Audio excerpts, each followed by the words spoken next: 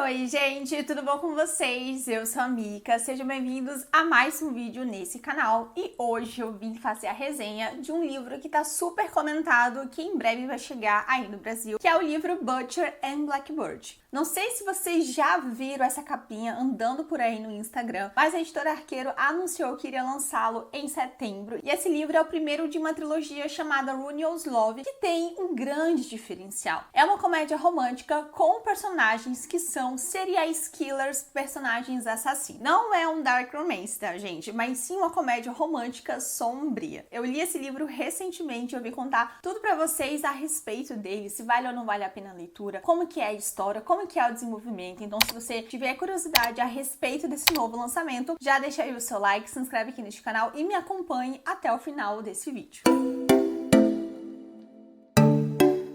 Como eu comentei com vocês, Butcher and Blackbird é o primeiro livro da série Runyon's Love, que vai trazer então personagens que têm essas características de serem assassinos em série. E o casal de Butcher and Blackbird matam outros serial killers. E nisso a gente vai conhecer a Sloane Sutherland e o Rowan Kane. A Sloane é uma garota de 23 anos que, como falei pra vocês, é uma assassina em série. E ela é conhecida pela polícia, né, e por todas as pessoas da região como tecelã de orbes, porque o seu trabalho consiste em criar uma arte com as partes do corpo da pessoa que ela mata. Mais especificamente, os olhos. Ela cria uma teia com linha de pesca e ela usa os olhos da pessoa que ela assassinou para dar um toque especial à sua arte. E pela forma como a Sloane trabalha, nós já percebemos que ela é um pouco mais metódica, uma pessoa muito mais clínica, então ela leva um pouco mais de tempo para se organizar, para ir atrás das suas vítimas, diferente do Rowan Kane, que é conhecido como o Butcher, ou seja, o açougueiro de Boston. Ele é muito levado pela fúria e pela agressividade na hora de caçar as pessoas que ele quer matar, então ele acaba sendo muito mais brutal nas suas investidas e deixando aquele caos por onde passa. E o caminho dos dois personagens se cruzam quando a Sloane, que está atrás de um assassino em série para matar, ela acabou tendo ali algumas complicações na hora de matar esse homem e ele acabou prendendo ela dentro dessa gaiola antes dela matá-lo. Então já tem 3 dias que ela tá ali sem comida, sem água, do lado do corpo do assassino que ela matou. E por um grande acaso, o Rowan estava atrás desse serial killer também. Então ele acaba encontrando a Sloane naquela situação. A partir do momento em que eles se apresentam um para o outro e cada um descobre a verdadeira identidade do outro, o Rowan propõe um jogo anual onde eles vão competir um com o outro, ou seja, a cada ano, em período estipulado, eles vão se encontrar. Quem encontrar e matar a presa primeiro vai ser o grande vencedor. E a autora ela vai narrar esses jogos anuais, criando vários perfis de assassinos em séries e mostrando os personagens tendo que trabalhar juntos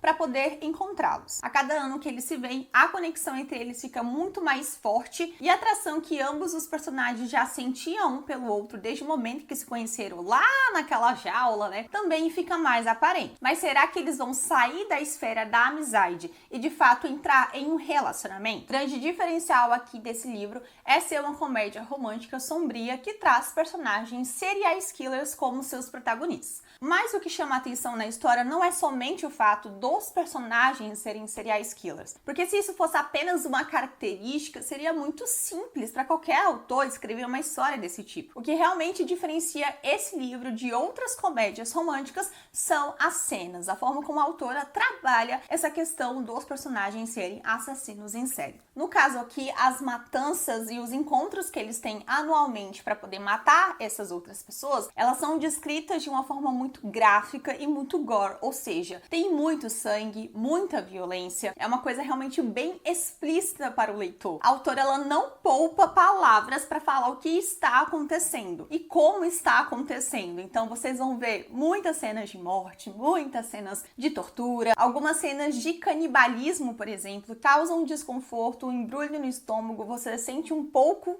não, você sente muito nojo, mas ao mesmo tempo é viciante, é interessante, te prende porque você quer saber como que a autora vai descrever o resto da cena. Sabe aquele acidente de carro que você vê no meio da pista e tem pessoas ali mortas e você fica querendo ver, você fica querendo saber o que aconteceu? É exatamente isso. Mesmo que a gente saiba que aquilo ali é mórbido, é nojento, não é legal da gente ver, ainda assim a nossa condição como ser humano faz com que a gente se interesse por esses assuntos e faz com que a gente tenha curiosidade a respeito dele. E é o que acontece aqui nesse livro. A autora aproveita aproveita essa faceta que nós temos como leitor de ficarmos atraídos por coisas obscuras, por coisas sombrias, e ela desenvolve toda essa história sob esse olhar. Na minha opinião, para mim foi o ponto certeiro, o ponto que realmente faz a gente ver esse livro de uma forma diferente de todos os outros livros do gênero que nós já lemos. Eu até confesso que pelos comentários das pessoas que tinham lido antes, eu esperava que fosse embrulhar muito mais o meu estômago, que eu fosse sentir muito mais repulsa, e é claro que eu senti, só que eu esperava até que fosse mais, sabe? Pelo tanto que as pessoas comentaram. Mas eu também acho que isso vai de cada leitor. Talvez o que eu acho que não é tão nojento, pode ser super nojento, super desagradável de ser lido pra você. Agora que você já sabe que o que desse livro, o diferencial dele, são essas partes mais macabras, o resto da história segue o clichê da comédia romântica. Personagens que são desconhecidos, mas que por algum motivo acabam se juntando em um propósito, e esse propósito vai acabar aproximando-os cada vez mais. É uma história onde o mocinho se apaixona primeiro, então o Rowan vai ser muito mais evidente nos seus sentimentos, nos seus interesses em relação a Sloane. Eu já percebi que tem um padrão aí nos últimos livros que eu tenho lido, porque quase todos, acho que 90% das minhas últimas 10 leituras, o mocinho sempre cai primeiro. O mocinho tá sempre apaixonado, tá sempre disposto a esperar pela mocinha, e é ela que demora um pouquinho mais pra se envolver. E aqui não foi diferente. A Sloane, como falei, ela tem algumas características que impedem com que ela se abra, com que ela entenda os seus sentimentos, e ela demora um pouco mais para se ver realmente apaixonada, ou pelo menos para admitir que está apaixonada. Mas apesar do romance em si acontecer mais pro final do livro, ainda assim a amizade entre os dois personagens é muito bem trabalhada. Eles têm esse ponto em comum, ambos são personagens que estão matando outras pessoas, e é muito difícil você conhecer alguém que tem a mesma filosofia de vida que você e não te ache bizarro, não te ache estranho por causa disso. A Sloane, ela é muito mais fechada,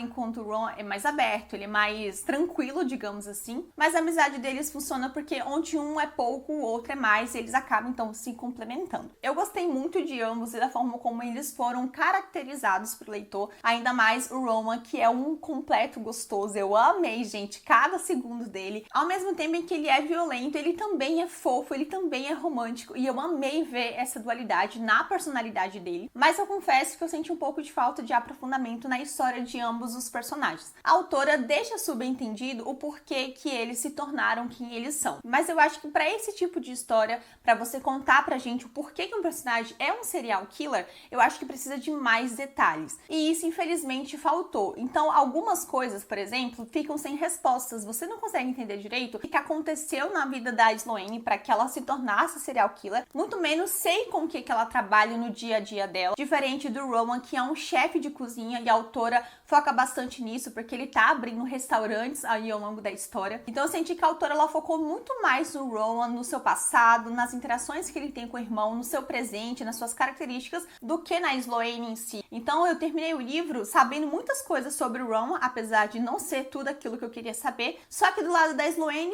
eu simplesmente não sei absolutamente quase nada. Ela ainda é uma incógnita pra mim. Eu acho que a autora, ela poderia ter trabalhado, como eu falei, a questão da vida deles fora a parte de serem assassinos em série muito melhor e muito mais aprofundada. Eu não sei se ela vai falar sobre isso no segundo livro da série, que é o livro da Lark, que é a melhor amiga da Sloane. Elas têm um passado em comum. Mas é uma coisa que, infelizmente, eu senti muita falta e poderia ter sido melhor trabalhado. Mas em relação às cenas quentes, eu vou tirar o meu chapéu para essa autora. A gente sabe que existe uma grande faísca entre o Ro e a Sloane, boa parte da história. Eles estão sendo meio que cozinhados aí. Fica se questionando quanto que eles vão ficar, qual vai ser o momento em que eles vão admitir os seus verdadeiros sentimentos. Isso demora para acontecer, como eu falei para vocês, porque a mocinha, ela demora um pouquinho mais para admitir que está apaixonada, mas quando acontece, nós somos agraciados com as cenas quentes, que são de dar água na boca. Um fato muito interessante aqui é que a mocinha, ela tem vários piercings ao longo do corpo, tanto nos seios, quanto no umbigo, quanto nas partes íntimas, e isso também vai apimentar cada vez mais as relações que ela tem com o Rowan, que, como eu já comentei com vocês, é um completo gostoso. Então o leitor já sente que quando eles ficassem pela primeira vez,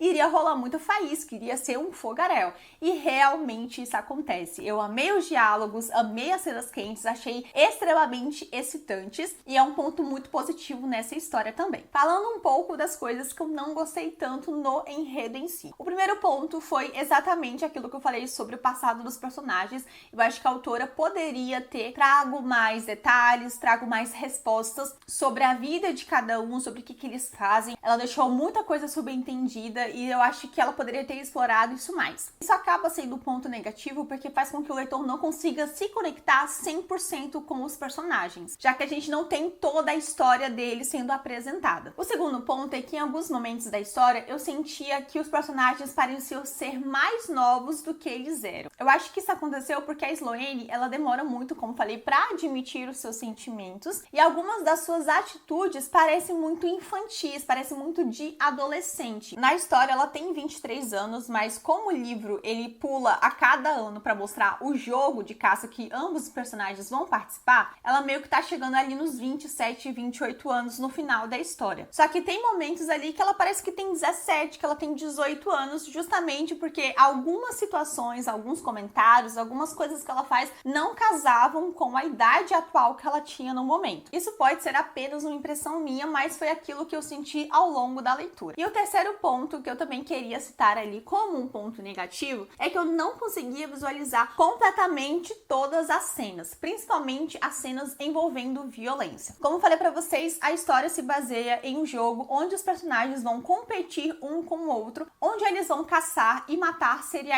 killers. Essas cenas, como eu falei, elas são bem explícitas, muito gráficas, né, que trazem esse certo desconforto para o leitor na hora que a gente tá lendo. Só que ainda assim, eu senti que faltou alguma coisa para me ajudar a visualizar essas cenas. Eu tive que pesquisar em alguns momentos no Google as palavras que eles estavam usando para entender quais eram os instrumentos que eles estavam usando. Só que isso eu não sei se foi eu que não consegui interpretar muito bem, que não consegui visualizar o que eu estava lendo, ou se foi a autora que realmente não conseguiu deixar claro o que ela estava escrevendo naquele momento. Então tem esse contraponto, sabe? Apesar das cenas serem super gráficas, explícitas, tem ainda esse problema de visão, de você não conseguir ver, visualizar bem o que está acontecendo. Essa é uma coisa que eu espero que quem for ler ou quem já tiver lido, me comenta nos comentários o que vocês acharam. Vocês acham que eu tô ficando louca? Porque realmente tive essa sensação e eu queria saber de você que já leu o livro, o que você achou. Mas ainda assim, foi uma ótima leitura para passar o tempo. Eu gostei muito da construção do relacionamento do casal, que é realmente cativante, carismático, que te faz chipá-los e ansiar o momento em que eles, enfim, vão ficar juntos. E também gostei de como os personagens secundários nos são apresentados, fazendo com que a gente fique cada vez mais ansioso pelo segundo livro da série. As cenas quentes pra mim foram um banquete à parte e eu amei o final. Eu achei ele extremamente condizente com a história. Tem um plot interessante que chama a nossa atenção,